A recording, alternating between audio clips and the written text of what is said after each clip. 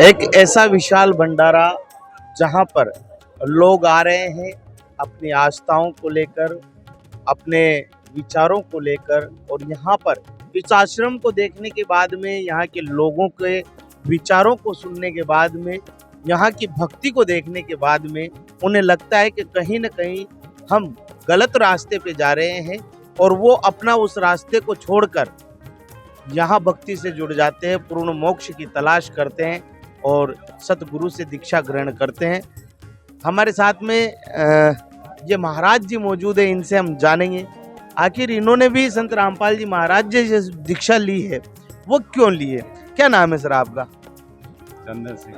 चंदन सिंह जी, ये आपकी जो जटाएं हैं काफ़ी बड़ी बड़ी है, और 15-20 साल से आपने ये जो अपनी जो जटाएं वो कटाई नहीं है, इतने लंबे बाल रख रखे हैं, तो कहीं ना कहीं आप भगवान को ढूंढ रहे थे। तो क्या आपको इस आश्रम में आने के बाद में भगवान मिल गए? जो इतने जटा इतनी बड़ी होगी तब तक हमें किसी चीज़ का कोई आभास नहीं हुआ, और एक इन महाराज के नाम मात्र के संकल्प से ही हमारे 1 महीने में जो परिवर्तन आया, उसको देखते हुए हम यहाँ तक पहुँच गए। क्या क्या परिवर्तन आया आपके? परिवर्तन तो ये है कि बीड़ी सिगरेट ये नशे पते थे जो 1 महीने के अंदर ख़त्म हो गए ऑटोमेटिक ही। पहले नशा करते थे आप? हाँ, ये नशा का मतलब बीड़ी सिगरेट, इससे ज़्यादा कोई नशा नहीं था। अच्छा, बीड़ी सिगरेट पीते थे। बस ये तो आपने क्या कहा कि मेरी बीड़ी छूट जाएगी? ये तो क्या, मैं इनके प्रवचन वगैरह फोन पे देखा करता था, फिर भी पीते हुए उसको देखते हुए बीड़ी पीते रहते, तो मेरे को गुस्सा आता था अपने आप। ये कहते थे बीड़ी सिगरेट पान तम्बाकू ये मत खाओ मत खाओ, वो तो उस समय ध्यान आएगा, अब आज इसको फेंक ही देते हैं, सब बीड़िया उठा के फेंक दी। अच्छा, मतलब आप वीडियो देखते थे यूट्यूब पे संत रामपाल जी के, तो फिर उसके बाद में आपने सोचा कि छोड़ दो बीड़ी? वो हमेशा यही कहते थे, उनके टॉपिक यही रहता था कि ये चीज़ इंसान के खाने की नहीं है, तो गुस्सा ऐसे बीड़ी चल नहीं रही थी, सारी उठा के फेंक दी। आज के बाद पास में मत आना, हमारे दुनिया लंबी है। तो क्या फेंकने के बाद में फिर दोबारा पिया आपने? नहीं पिया। फिर कैसे आप इस आश्रम में कैसे आए? इस आश्रम में इसलिए आया, फिर हमने जब बीड़ी छूट गई, हमने मन के अंदर ये भावना बनाई थी कि आपका कोई भक्त हमको आगे से अगर ये कहेगा हमारे साथ आ रहे हो क्या, तो हम चले आएंगे आपके। अच्छा, निमंत्रण लेके आएगा? हाँ। तो फिर क्या कोई आ गया आपके पास? ऐसा ही निमंत्रण आ गया, कल ही आया इनका निमंत्रण कि 8 बजे तैयार हो जाना। तो संत रामपाल जी महाराज जी के भक्त भी आपके पास पहुंच गए निमंत्रण लेके? हाँ बिल्कुल। क्या कहा उन्होंने? कि कल 8 बजे शाम को 8 बजे तैयार हो जाना, सोजत जाके आएंगे, प्रोग्राम है ये सामने है। अच्छा, तो फिर आप सोजत में भी आ गए? फिर 8 बजे तक इनका फोन नहीं आया, तो फिर मैंने शाम को खाना वाना खा के सो गया। मैंने कहा यार ये भी कुछ न कुछ विश्वासघात हो गया। फिर 10 बजे इन्होंने फोन किया कि कहाँ हो, कि मैं सोया हूँ, मैं कमरे के बाहर हूँ, गाड़ी आ रही है। अच्छा, सीधे गाड़ी में था तो ले ही आए, बोले कुछ भी किया। उसके बाद सीधे गाड़ी में बैठे सोजत आ गए। फिर ये दीक्षा क्यों ग्रहण किया आपने? आप तो खुद संत हो, ये ऐसे जटाएं बढ़ा रखी है, फिर दीक्षा ग्रहण करने का क्या कारण है? दीक्षा ग्रहण करने का कारण तो ये है कि संत रामपाल जी महाराज के जो भी मतलब ऑनलाइन जो चीज़ें आ रही हैं, उसमें से कोई टॉपिक ऐसा नहीं है जो मैंने नहीं देखा हो। मतलब एड़ी से चोटी तक उन्होंने जितना बताया सारा अमल कर लिया, देख लिया है, अंदर उतार लिया। इसके बाद देखा कि बाकी के ये देवी देवता सब नकली हैं। जो उल्टा पेड़ जो जिस तरह से उन्होंने बताया, ये 3 ही देवा हैं, शाखा है, इसके नीचे पात ये इंसान है, वो सारी चीज़ें देखने के बाद में हमने देखा कि ब्रह्मा विष्णु महेश मुक्ति नहीं दिला पाएंगे, ये बात हो।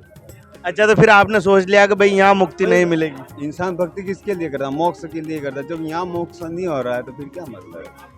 ब्रह्मा विष्णु महेश से अगर मोक्ष नहीं मिलता है तो उनके शरण में रहने से होगा क्या?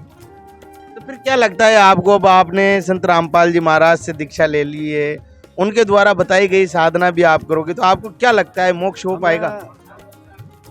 हमें हेवी डीपी से कनेक्शन की जरूरत थी, तो बल्ब ऑटोमेटिक कैसे जलाना, कितने पावर का जलाना, जो तो हमें जलाना है, हमें लगाना है वो बल्ब, उसकी जरूरत थी। मतलब लाइसेंस की जरूरत थी, जो लाइसेंस लेना बहुत जरूरी। बिना लाइसेंस के ड्राइविंग भले गाड़ी चलाओगे, क्लेम पास नहीं होगा, ठोका जाओगे, वो वाला सिस्टम है। अब लाइसेंस बन गया है, अब मोक्ष पक्का है। हमें तय करना है, मेहनत उस पर कैसे करनी है जो हमें करनी है, ये बात। उसके बाद ही मोक्ष होगा।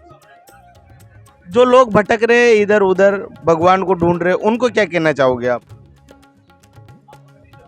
देखो, उनके अंदर कई तरह की बीमारी है अपने आप में, कई लोभ में डूबे हुए हैं। सबसे ज्यादा लोभ है आज का। और पहली बात क्या, आज का इंसान ऐसा है कि सच बोलने में बहुत कठिनाई पैदा होती है। कोई भी जीव हो सुबह उठते ही झूठ बोलेगा, ये नियम है अभी के इंसान का। जब तक अगर वो झूठ को नहीं त्यागेगा तो इस रास्ते पे लौट के शायद ही आवे वो। उसको झूठ त्यागना होगा सबसे पहले। मतलब यहाँ तक पहुँचने के लिए भी झूठ को तो छोड़ना। उसको त्यागना ही होगा, बाकायदा त्यागना होगा। अगर वो झूठ को रखते हुए भी यहाँ आता है तो इस लाइन का अमल नहीं होगा उनसे, इस लाइन को भली बात ही नहीं पकड़ पाएंगे। अच्छा, वो मोक्ष की तरफ नहीं बढ़ेगा। यहाँ से दीक्षा ले भी लेंगे, चल भी देंगे, फिर भी अगर झूठ उन्होंने पाल रखा अंदर तो पार नहीं हो पाएंगे। एक तरह से जो कहा जाता है कि आधुनी भाव से आना पड़ेगा, बिल्कुल तब जाकर के। देखो, इंसान के दो सोच होते हैं। एक तो मुंह उसके दिल के अंदर कुछ और बात है, लेकिन आपको वो चीज नहीं बता के मैं कुछ नकली बात बताना चाहता हूँ, मैं मेरे मुंह से दूसरे वर्ड आपको कहूंगा तो उस जगह मैं गलत हूँ।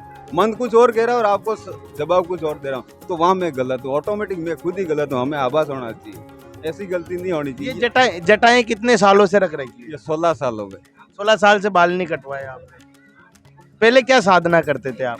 कई सारी साधना करता था मैं, जैसे हनुमान सिद्धियां भी करता था, शिव जी की भी साधना करता था, इस तरह के बहुत सारी सिद्धियां करता था। अच्छा, सिद्धियां भी प्राप्त है आपको? सिद्धियां, मगर आज की तारीख में उन सिद्धियों को सबको हमने जमा कर लिया। हमें नहीं जरूरत है उन चीजों की।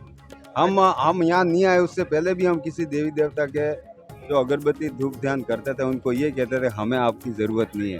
लेकिन हमें देख के कोई आता है किसी तकलीफ के लिए, वो तकलीफ तुम दूर करना, बाकी हमें कुछ मत देना, हमें नहीं चाहिए तुम्हारा। ये हम अभी भी कहते आ रहे थे। अब तो सिद्धियां नहीं करोगे आप? नहीं, अब छोड़ दिया यहाँ आने के बाद? करनी नहीं है, करनी नहीं है।